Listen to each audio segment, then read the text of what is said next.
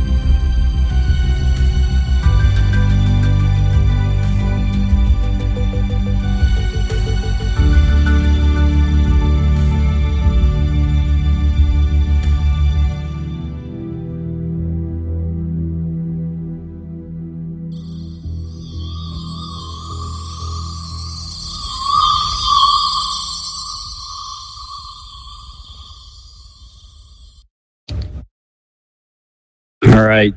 Again, thank you.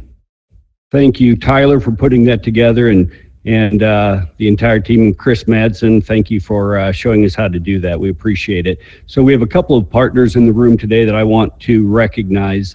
First is Immersive VR Education, who created the Engage platform. We are building our entire academy on the Engage platform, and so we appreciate the support and assistance they've provided us. So thanks for that. And HTC Vive is, I think, somewhere in the room, someone from HTC. So thank you for your support and all you've done with us and helping us. It's meant a lot, and we look forward to the two partnerships that we are rolling out this fall with HTC. So thank you for that. I'll pause for just a minute as Danny. All right, go ahead and have a seat. If you just entered the room, feel free to grab a seat. All you have to do is take your teleport button, aim at the chair, and you'll be able to find a seat there. So, all right, thank you. I'm going to talk about just two things real quick. First of all, the VictoryXR Academy is a proprietary set of technologies and IP built on the Engage platform. We will make this entire campus available to educators from around the world. And let me first, grab my cup of coffee here. When I taught university, I always had my coffee in my hand. So the campus will be available to everybody. Now, imagine, what if when you're learning astronomy, instead of reading it from a book or looking at a 2D video, what if we could just beam up and see the celestial bodies? Imagine when learning history, if instead of reading about it or hearing about it, we could actually go back in time and see what actually happened. And think about anatomy. What if when learning anatomy, we could actually hold a human organ in our hands? That's what we will do in VictoryXR Academy. So, Danny, could you take care of whatever is going on over here? And so,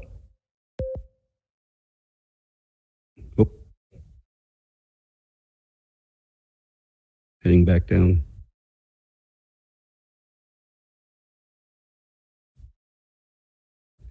All right, thank you, Danny.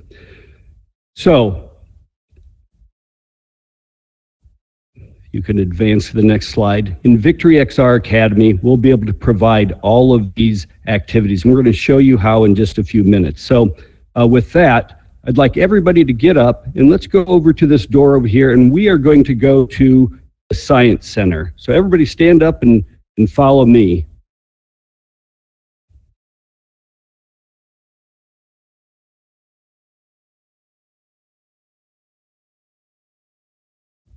Everybody come on down to this door, and Danny's going to take us into the Science Center. Here we go.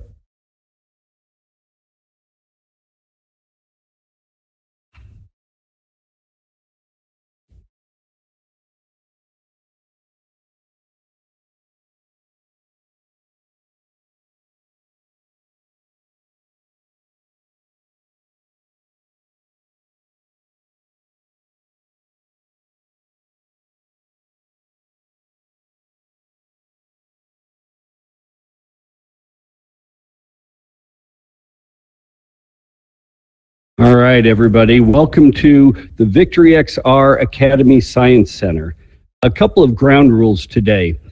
First of all, one of the things that we would like you to do is to stay with the group. It's always tempting to go wandering around the first time you're in a space, but because this is a campus tour, if you could stay with the group and avoid sort of random wandering, we would very much appreciate it. And second of all, we'll have a Q&A at the end.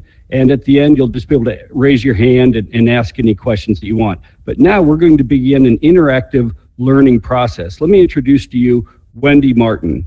Wendy, go ahead and unmute yourself, because Wendy was a national finalist for Teacher of the Year in the United States.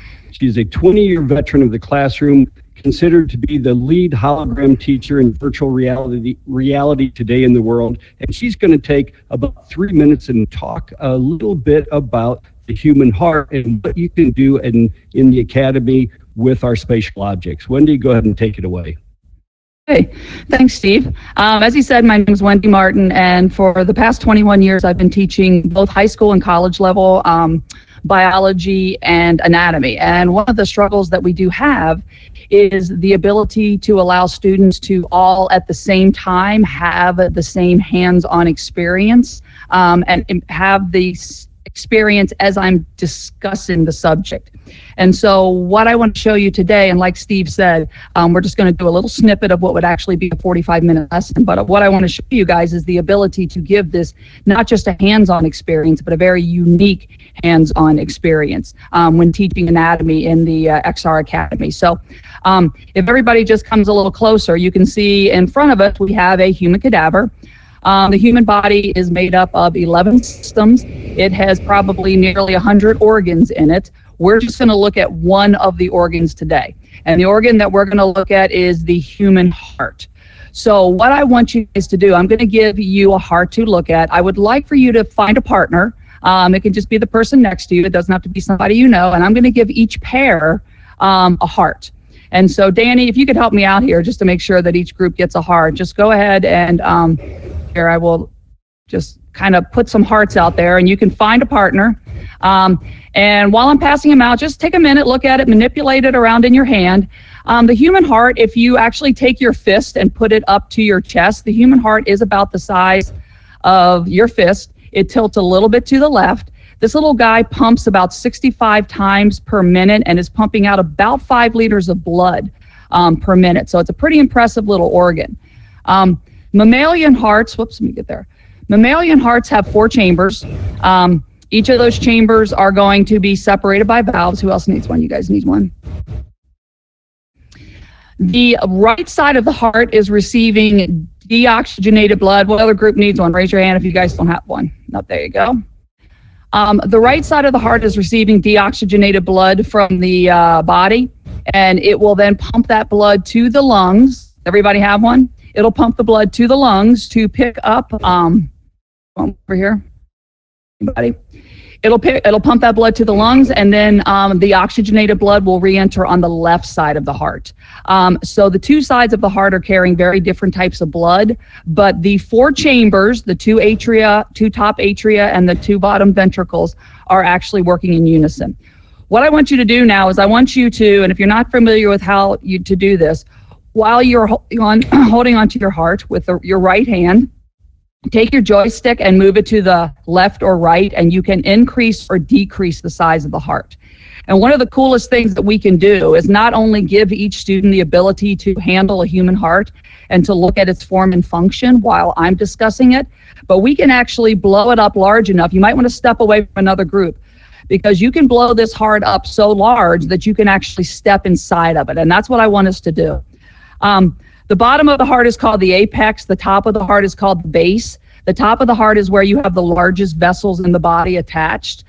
Go ahead and blow it up so it's bigger than you, and stick your head in it. And what I want you to see when you step inside of it is I want you to pay attention to the chambers.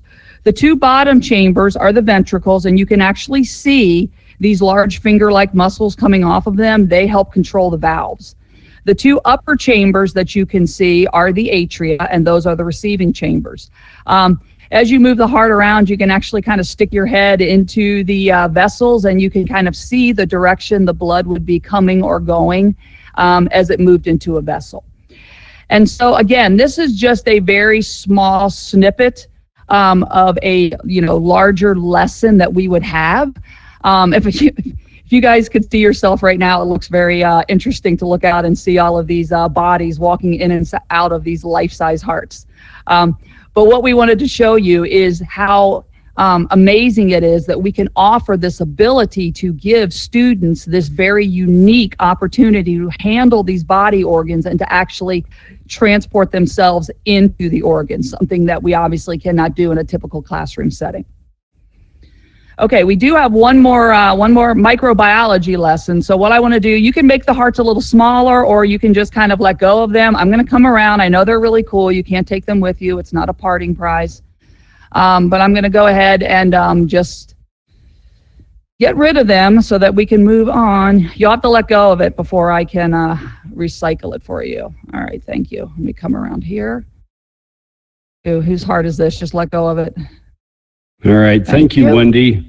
So that was just a 3-minute truncated lesson of what's part of a much larger 30 to 45-minute lesson. And you can imagine what happens as she teaches about the circulatory system and how much students can learn. So it's a great experience. Next, I want to introduce Professor Paul Lapointe from the University of Alberta. Professor certainly the world's leading spatial technologist when it comes to cellular biology. And he teaches cellular biology, and we've been working with him for the last 6 months on creating an amazing augmented reality app. He's now going to give us 3 minutes on, well, I'll let him tell you what he's going to do. So Paul, go ahead and take it away. Thanks so much, Steve, and thanks everyone for being here today. Danny, can I get one of the objects here?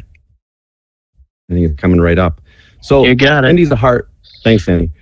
Wendy's a hard act to follow, but she told us about the heart and its 4 chambers and things like that. But the things I teach in my classes at the University of Alberta are focused on a little bit of a different perspective in biology. So I look at the heart and I see 2 billion cells all working together to accomplish the tasks that Wendy described, circulating blood throughout the body. And so in each of these 2 billion cells, these activities take an enormous amount of energy that is supplied in large part by glucose metabolism. So glucose enters all of the 2 billion cells in the heart through the process of diffusion, which is something most people learn about in grade school. But there's a problem when it comes to cell biology, is that glucose cannot freely pass through this membrane here. I don't know if you can see here, the white layer is just a tiny region of the cell membrane that envelops the entire cell, defines the boundary of every cell. So how does nature solve this problem of getting glucose to diffuse inside of each of these cells so that it can support the metabolic activities of the cell? Well, it accomplishes it through proteins. Now, this is where things get very, very abstract for the students that I teach even in university. Using this kind of technology, I can show students how proteins really work as 3-dimensional mechanical objects. So as most of you may know, proteins are simply linear chains of amino acids that fold into elaborate 3-dimensional conformations. And now I'm showing you 2 of them here. This is actually the same protein. It's a glucose transporter. And the glucose transporter facilitates the movement of glucose across this membrane slab. So because proteins have moving parts, they can adopt different conformations. And that's what's shown here. The orange and the blue model are the same protein in slightly different poses. Now, what I'm going to show you now is I'm going to move this over here and make it much bigger. And I'm going to ask you to do what Wendy asked you to do. I'm going to blow this up, and I'm going to get you to step inside each of the models. And what you'll see inside each one is there's a glucose molecule, the glucose binding pocket in the center of this protein structure. So that's kind of one of the first learning objectives that the students need to understand, is that there's this very specific binding pocket for glucose. And this allows students to step right inside the protein to see that. The second thing, once everyone's had a chance to have a look at this guy, is the way this protein works is through an alternating conformation model. By transiting between the 2 different conformations, it facilitates the movement of glucose across the membrane. So what I want to draw your attention to, I'm going to lift it up. I'm going to get you to look from the underside. This is the inside of the cell, the view from the inside of the cell.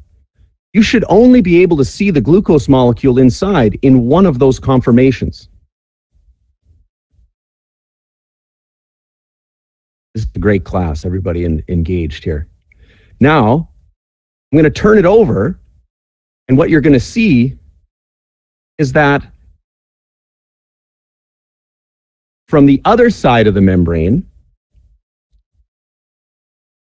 the other conformation, you can see the glucose. So that glucose binding pocket is only accessible from one side of the membrane at a time. So the way this machine works, facilitate the movement of glucose into the cell, is effectively like an airlock space station. Glucose enters one conformation from one side of the membrane into the active site. The protein transits its formation. It undergoes a conformational change to the other state, sealing the binding pocket off from the other side, and then releases it across the membrane. And this is how glucose moves into and out of cells, one molecule at a time, through a series of alternating conformational changes. So I'm going to bring this back down if anybody wants to have a look. Danny, can I have one more model over here?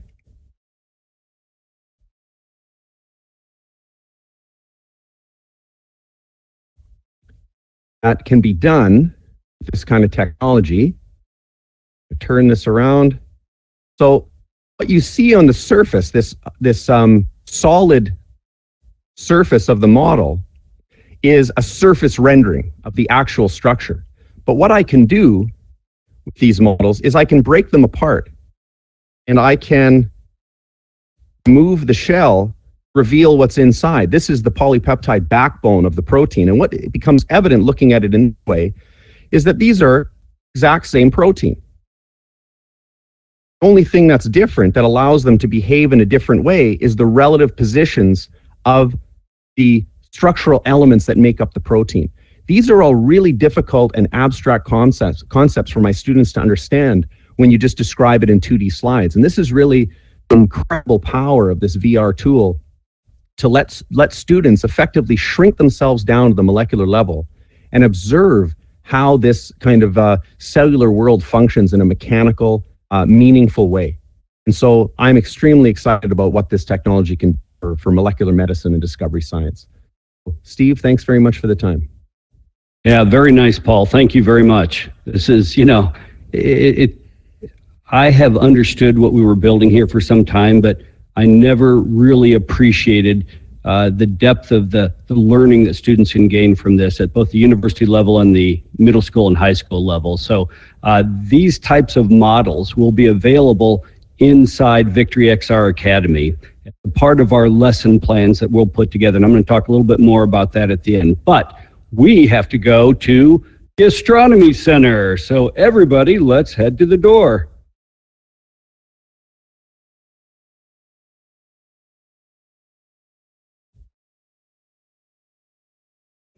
Danny, take us away.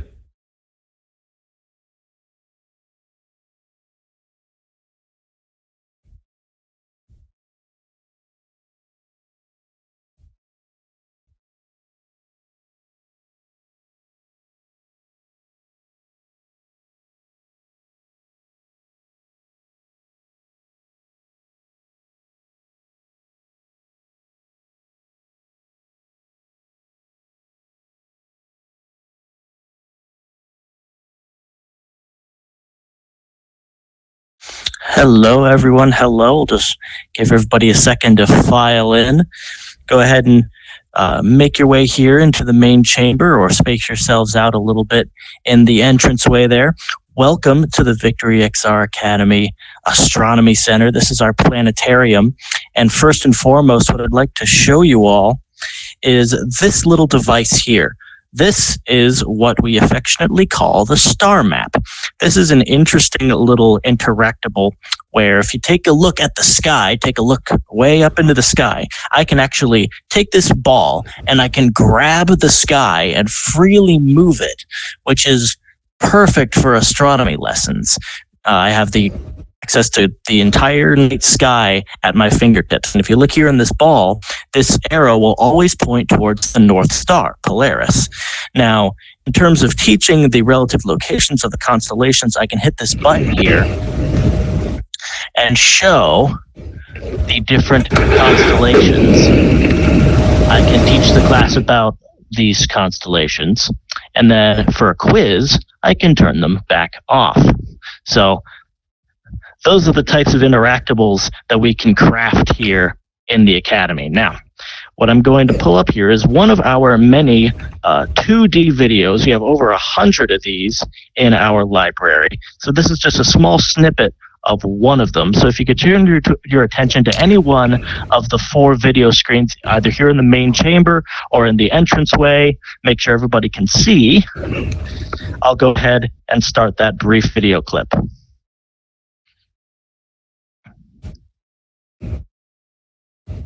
On that day, SpaceX was going to try to launch and re-land 3 rocket boosters at the same time. The rocket they launched, called a Falcon Heavy, was, in fact, 3 rockets strapped together. A main core booster with 2 smaller side boosters. The 2 smaller rockets separated from the main booster and came back to Earth, landing in almost eerie precision at their landing spots in Cape Canaveral, Florida. The larger core booster then came hurtling to Earth. Excellent. Now, so while it's always fun and interesting to study the stars from here on Earth, what we can do here in virtual reality is we can actually head up into space and study the celestial bodies in a more organic fashion. So what I'm going to do is I'm going to open up the teleportation chamber, and when I do, I'd like everyone to clamor inside so you don't get left behind, all right? So everybody ready? Here we go. Everybody in.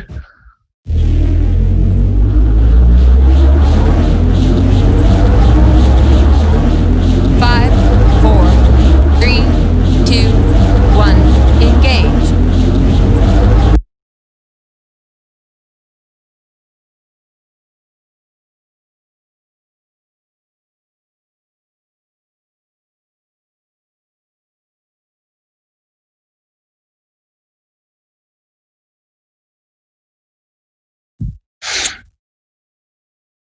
All right. Hopefully everyone made it in all right. Nobody's atoms got scrambled in the trip. Still got a couple people loading in. Okay. All right. Take it away, Steve. Thank you all for joining us. If you look over here toward me, you'll see that what's behind me is the Apollo 11. Now, this was the first lunar vehicle to put humans on the moon, and it happened in July of 1969. And where we're standing is Tranquility Bay, which is the spot that they first dropped Neil Armstrong and Buzz Aldrin when they set foot on the moon. So from both a STEM or science standpoint or from learning history, this is an amazing virtual field trip to take. And the bigger point that we want to make to you is that you have the ability within VictoryXR Academy to take students all over the world, back in time, et cetera, et cetera. So the lesson plans that our curriculum team are developing lay out the NGSS standards, whatever the standards might be, the 2D video clips that you should include, the virtual field trips you should take, and the 3D objects that you would put into your lesson. We're building those for at the university level and the middle school and high school level. And so this is the type of thing that you can gain. Now, I know you would love to spread out and spend a little bit of time walking around the moon, because we all, but you have to keep moving, because next we're heading to the Museum of Ancient Civilizations.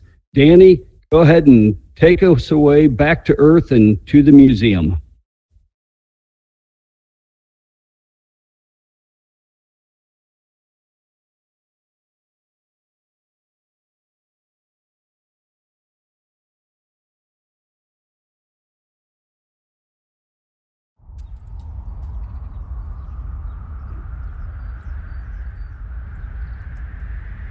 All right, everybody, welcome back. Once everyone's filed in, go ahead and make your way into the main exhibit here. Be sure to watch your head. Don't bump your head on that pillar there.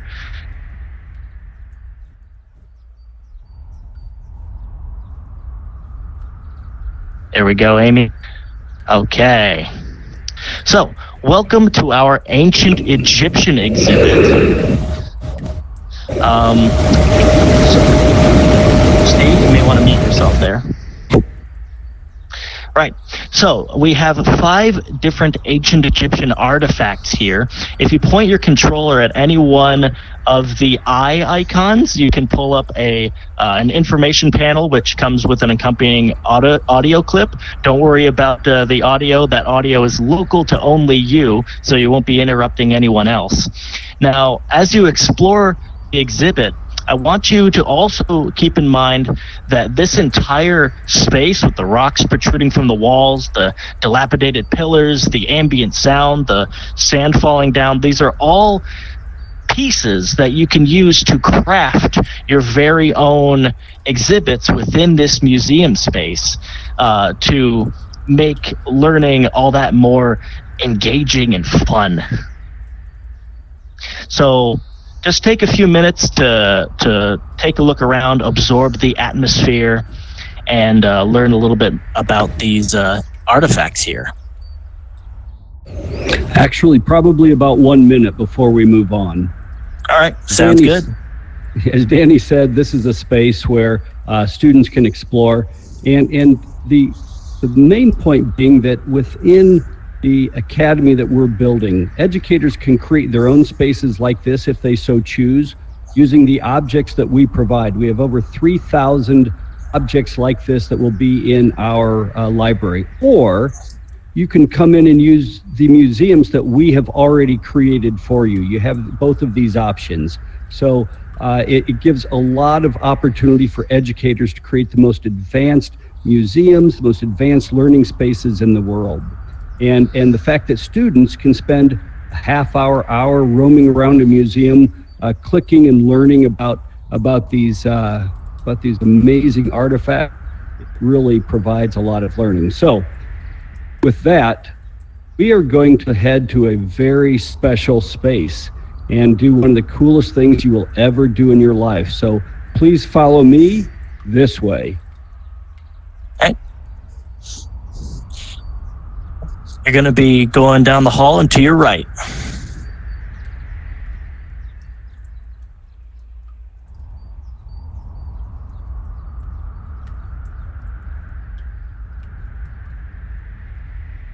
All right, everybody. Thanks for joining us in here. What you see in front of you You can is use the the left skeletal. thumbstick to move. What you see in front of you is the skeletal structure of a woolly mammoth. Now, this is not just any skeletal structure of a woolly mammoth. This is actually on loan from the Smithsonian Institute. So the Smithsonian Institute has scanned thousands of their artifacts and made them available to organizations like us. And so this is one that we chose. And if you were to go into I think it's their paleontology museum, you could actually see this, or you could simply hop on your VR headset and enjoy seeing this woolly mammoth. And so students can learn about it. There will be accompanying audio that provides more information, et cetera, et cetera. But if you stop and think about it, yes, is it cool to see the skeletal structure of an actual woolly mammoth? Yes. But wouldn't it be more cool to go back in time and see an actual herd of woolly mammoth? I would say yes. Annie, why don't you take us, how far back in time do you want to take us to see the herd? Well, woolly mammoths lived between 120,000 and as recently as 4,000 years ago. So we're going to all step onto the VictoryXR time machine platform here. Everybody clamber up. And we're going to travel back a nice even 8,000 years. So let me put in those coordinates here. Does anyone get sick when they use time machines? Any nausea? Okay. I've got my time machine legs by now. I'm pretty good with it. Good. James, join us. Oh, I'm not up yet. Yep, don't want to leave Steve behind. Okay. We'll punch in those. Yep. All right. Everybody ready? And away we go.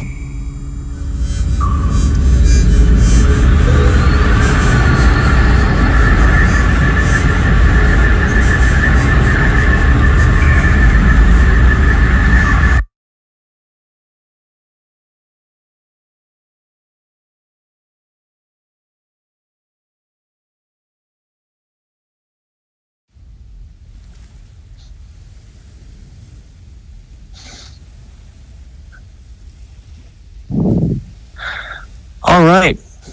Once everybody's joined us, I'm going to go ahead and use the summoning feature to get everybody over here next to this mammoth here. So just a moment. Here we go.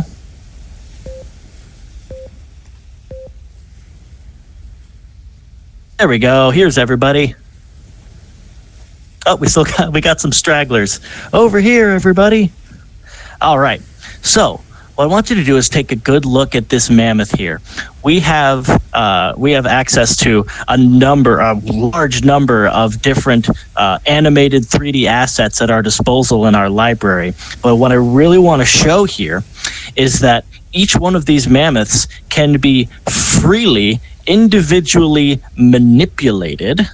I'm going to come out here out of the ferns here, and you can see that I can, in real time, puppet this baby woolly mammoth. So I'm going to have him walk up to you there, George and Ricky. There you go. Yeah, give him a pat. There you go. Oh, he's a little shy. Oh, he's running away. He's a little shy. He's a good boy. Yeah, I can make him walk. I can make him run. I can make him backflip. Oh, there you go. And what's also really neat is I can take all of those movements that I'm giving the mammoth. I can record that. I can play it back for later. So then by recording myself and then playing back multiple versions of myself at the same time, I can create entire dynamic scenes, storytelling scenes that I can engage my students with. So I could create a scene where if we're going all the way back to the dinosaur age, I could have a meteor crash down to Earth and throw up a whole bunch of dust and see dinosaurs scattering everywhere. I could do that. And it's just one of the many things we can do here. All right. Thanks, Danny. Let me make a quick point before we go to our next location. There's, again, two values in the academy that we are presenting. One is the value of having the lesson plans already created, where a teacher can shop for a lesson plan on the VictoryXR Academy website, find the right lesson plan for their class, and then just put it in action. Oh, this is the museum we want. This is the ancient animal we want, whatever the case might be. Or through our professional development training, we will train educators on how to create their own spaces, how to find the right animal in our library and make it do backflips. So this is the value of this process. It's a learning process, but mostly we want to make it easy, remove the friction points for educators just to pop on a headset and begin teaching their students. So with that, trying to stay on schedule, we are now going back to our modern time, but we're going to China. Everybody join me in China for one of our 360 virtual field trips.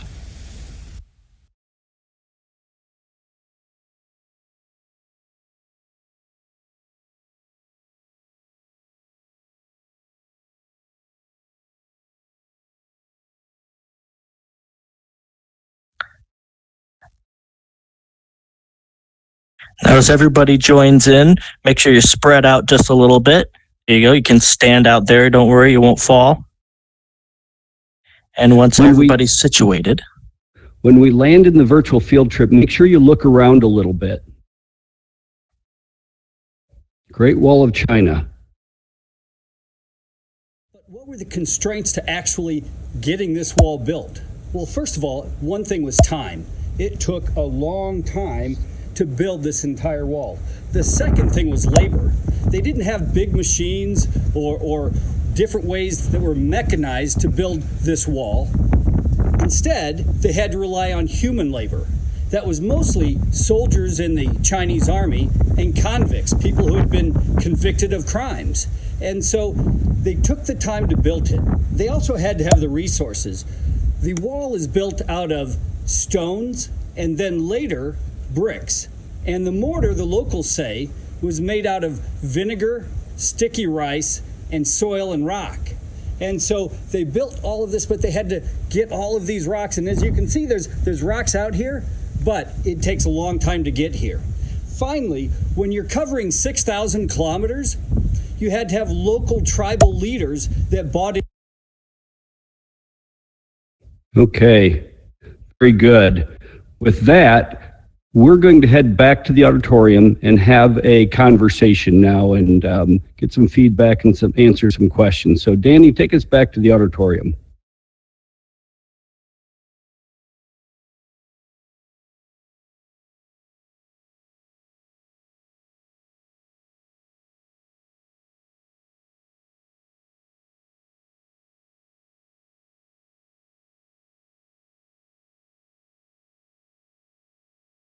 All right, let's seat everybody.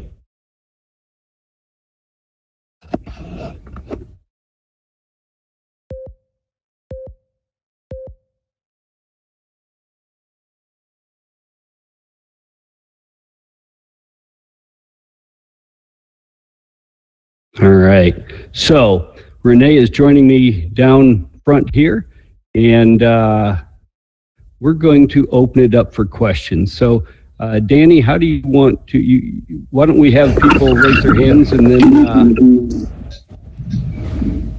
do we want to have people self-mute? So let's go ahead and open it up to questions. If you have a question, just raise your hand and I will call on you. Who's got So the I'd first like question? everyone at this time to mute yourselves if you haven't already.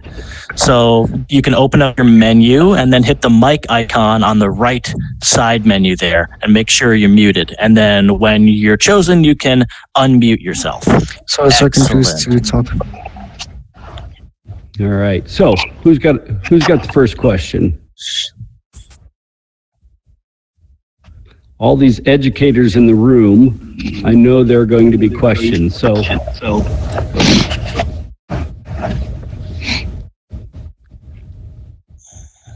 Ryan, go ahead and unmute yourself and So I was wondering about how long did it take you to set up a scene? How long does it take you to create like a short video? And yeah, about how long? Yeah. So how far do I have to plan ahead? Sure. Yeah, I can talk a little bit about that, but let me go ahead and ask. So Wendy Martin is over here, Mrs. Martin, and she's the one who set up the Science Center. So Wendy, would you talk a little bit about how long it took you to learn and then how long it took you to set up that science room we were in? Well, setting up the science room, initially when you walk in, it was just an empty room, and it's kind of fun because you can kind of decorate it like you want based on all of the IFXs that we have. So for me to go in and set that up, I don't know, it can take anywhere from half an hour to 45 minutes, just depending on how much I want to do. And then you can create a snapshot of it. And once you create a snapshot, you can reload that snapshot, and what you just created will reappear in a matter of seconds. So there is some initial, front end time on it, setting it up. But once you do it and save it, then boom, it's just at your fingertips very quickly. And you can set up several designs and have multiple snapshots, just depending on the subject you're going to teach that day.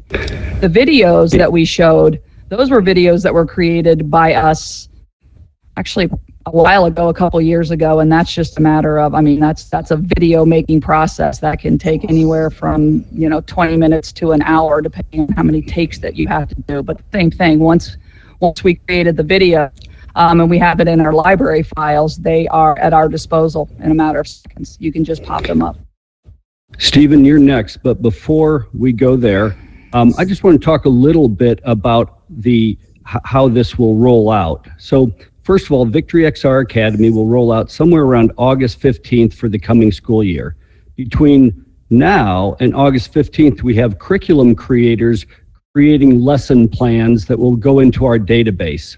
And so if there's anyone here that wants to participate in that process of creating the curriculum, we would love to have you connect with Renee, our chancellor, who also is guiding our curriculum. So please reach out to Renee and join that process.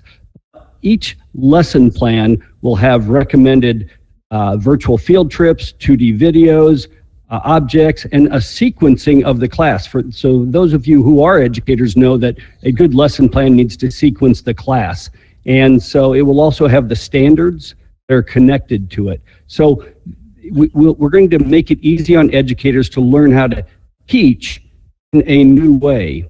And the other thing to understand is that the people in this room, we're all here together, but people are here from all over the world right now into one space.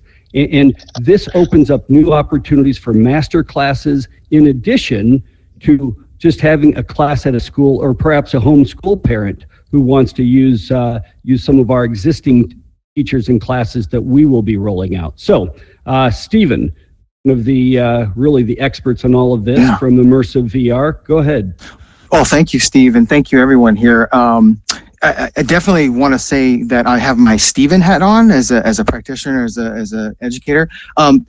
To the point, to Brian's point, and to Wendy's answer, this idea, and to Steve, your idea of scaffolding and making sure that what we're showing is appropriate for the particular task at hand, a 360 video, an interactive lesson, etc., and building things, right? So Brian, I mean, I definitely always akin or reference Engage as a collaborative tool, similar to how as a tech director, and I would teach teachers on how to create PowerPoint lessons and convert those to notebook, right? When they wanted the features of the interactive notebook, when we were buying these $5,000 projectors 3, 4, 5, 10 years ago, right? That is what we have here, right? And so it's essentially a creation tool, and you're preparing lessons ahead of time. So whatever time that takes to create an immersive interactive lesson is the time that it will take. And I am so ready for this. Like 6 years in VR, 3 years using Engage, and many, many years really preaching and trying to get our peers on board with what you guys have developed here. As an individual, as somebody coming from education, blown away at what you guys just showed us here. So I'll leave it at that. That's the Stephen hat, not the IVRE hat. Thank you, guys. Thank you. We so much appreciate that. What other comments or questions do we have in the audience here today? Yes, in the far back, green shirt, I can't quite read the name. Go ahead and unmute yourself and stand up. Can you hear me? Okay, yes, thank you. Hi there. Yeah, I was just curious. So you said that the teachers will be assembling their own lesson plans with the tool sets that you provide. Well, how do these tool sets actually work? Are they getting like a student version of Unity, or do you have like a whole front end that you've designed for them to build their worlds with? And how user friendly is it for teachers who maybe don't know how to do such a thing? Yeah, so first of all, we'll create the lesson plan for them. They don't have to create their own lesson plan. That's number one. Okay. They can if they choose to. They don't have to follow our lesson plans, but we'll make it easy by creating lesson plans for them. Number two, we have a website that has a vast database of all of our 3,000 IFX objects, all of our over 100 virtual field trips around the world, over 100 2D learning videos around the world, adding more all the time. For example, we're adding the Smithsonian objects in, and additional, and all the lesson plans that will be in there. So they'll find the lesson plan that fits what they want to teach, and then they'll be able to view the objects that we recommend that they use. And once they come inside this space, we educate them on how to grab those objects for their class and to arrange them. So it's pretty easy once they choose their lesson plan, because everything, I don't know if you can see that I have my little tablet open here. So once I have my tablet open, everything they need is inside that tablet once they've chosen a specific lesson plan. And every single asset in our library has a specific 5-digit code to make everything easy. So we're thinking through how this process has to roll out.